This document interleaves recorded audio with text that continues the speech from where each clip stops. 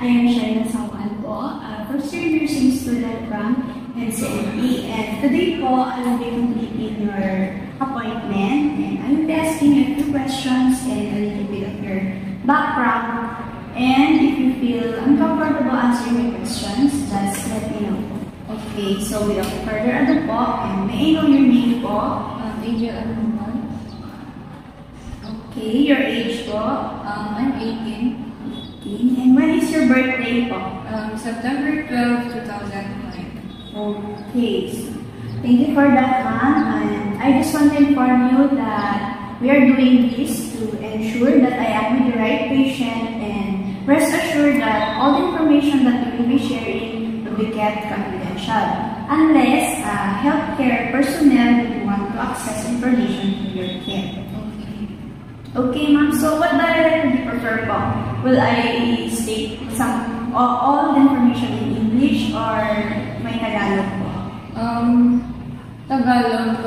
Nakakaintindi naman po ka ng English. Okay, that's good. Okay, ma'am. So, the first set of this assessment is the health perception and health management. So, this is to enable more thorough report that clarifies about your condition po. Okay, so, first question ko is, what is your opinion about your health? I'm not feeling well. Okay, so have you been vaccinated? Yes.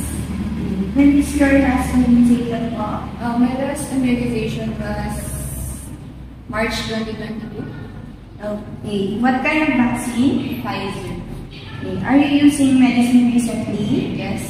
Okay, so have you undergone surgery? Yes, last 3 weeks. Okay. So, how would you describe your understanding about the surgical procedure and why it is done? I fully understand about the procedure. It is for my health naman. Para sa kapakanan ko rin naman. Okay po, that's good to hear. Are there any signs of infection at the incision site, such as redness, swelling, or drainage? Yes, I noticed that my excision in my stomach was red and with swelling. Okay, that's quite sad. Okay, are you following the post-operative care instructions such as wound care, activity restrictions, and medication management? Yes po. Okay, ma'am. Are you experiencing any symptoms of complication related to surgery such as fever, nausea, vomiting, or pananakit ng tiyan? May naman po. Okay. How do you feel about the changes in your body caused by the surgical incision? I'm a bit irritated. Okay po. So, moving on po, we'll now move on to your nutrition and metabolism pattern. This is to define your nutritional status and define whether there are relevant malnutrition and to monitor changes in your nutrition status po. Okay. So, do you feel any skin dryness or itching of the scalp and discoloration of your nails? Okay, that's good to hear. Are you on a diet? Yes. So, what is your diet menu po? I ate some soft vegetables and I ate fruits.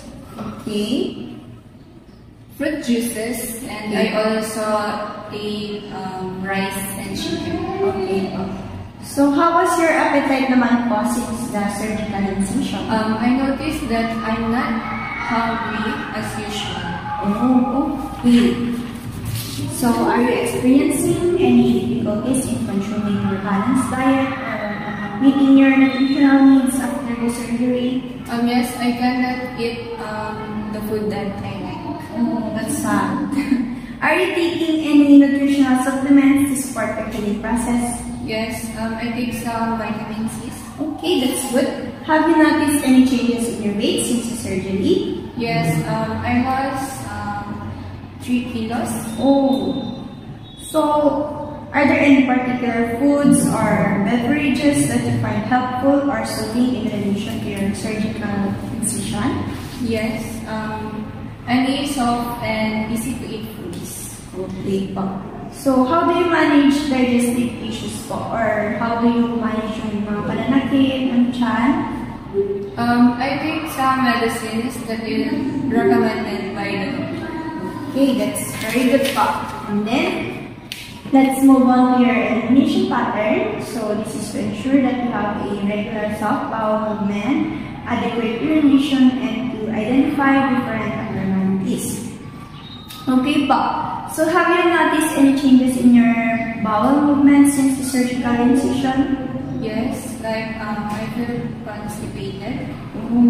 Okay. Are you experiencing any difficulties or discomfort in urinating after surgery? Yes, it feels painful and uncomfortable. Okay. So, what do you observe about the color of your urine and the amount?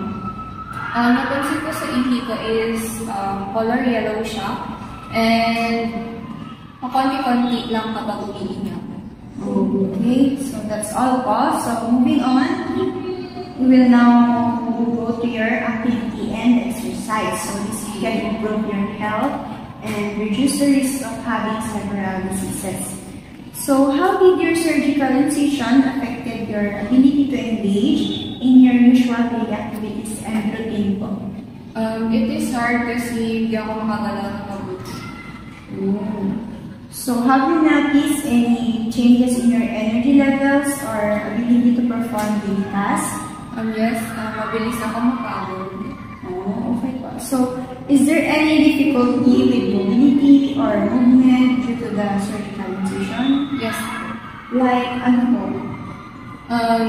Yung paglalakad. Okay. So, do you perform exercise or physical therapy to support your recovery? Yes. Okay. Let's now move on to your cognition and perception. So this assessment is focused on your ability to comprehend and use information on the sensory functions.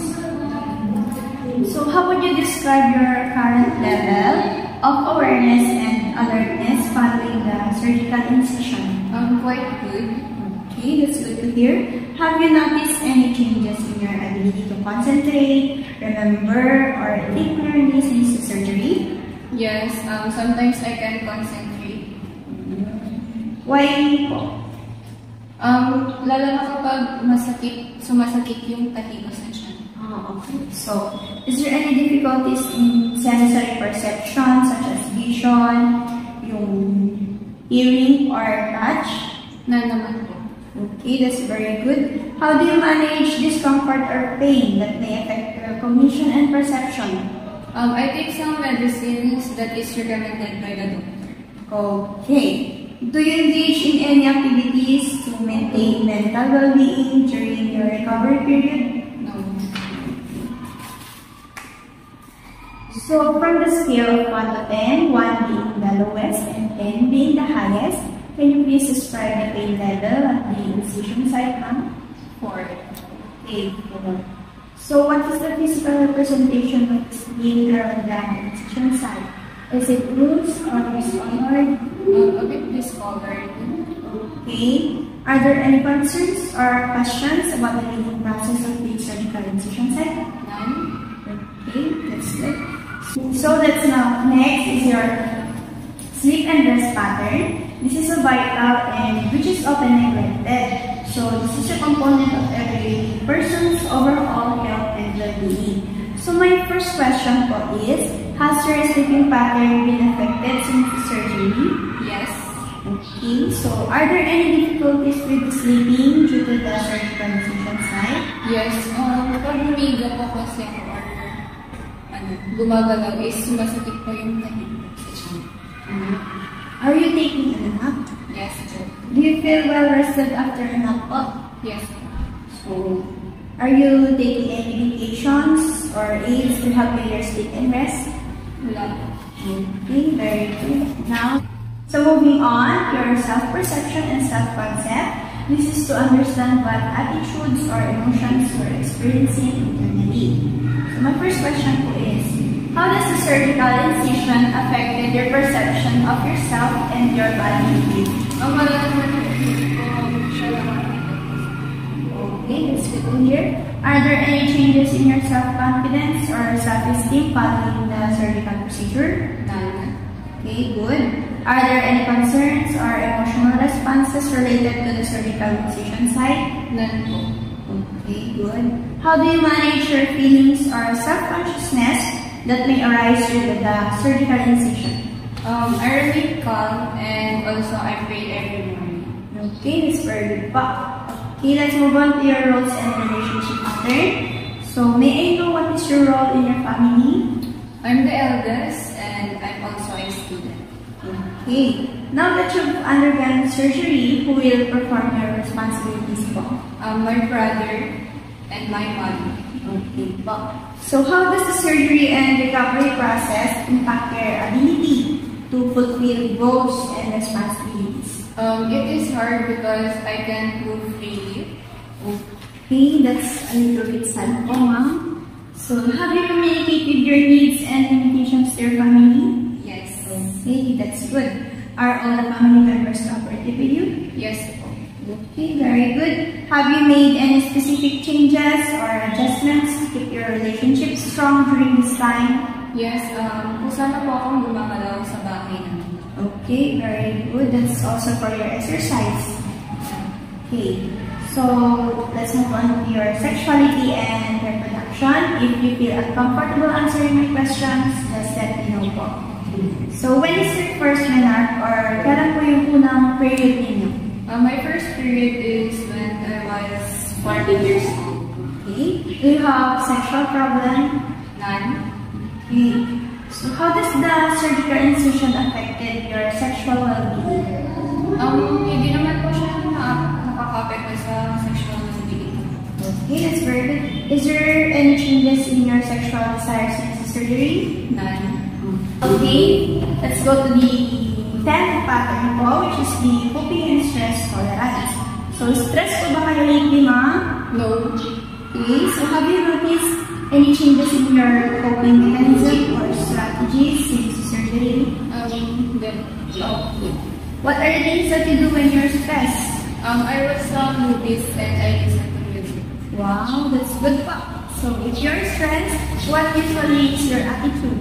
I get easily angry, but it depends on the situation. Okay, that's good. So, do you undergo treatment to cope with your stress?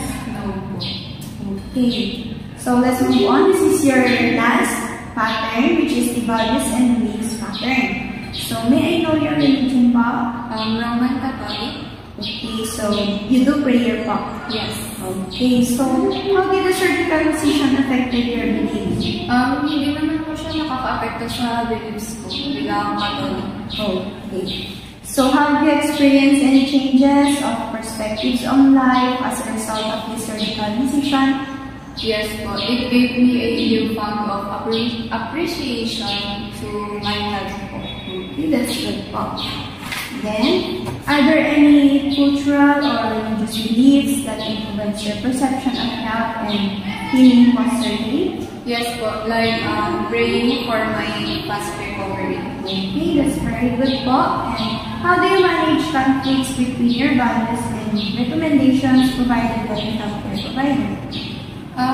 Sa Catholic naman po is wala naman po siyang hinahadlangan. Okay, that's very good.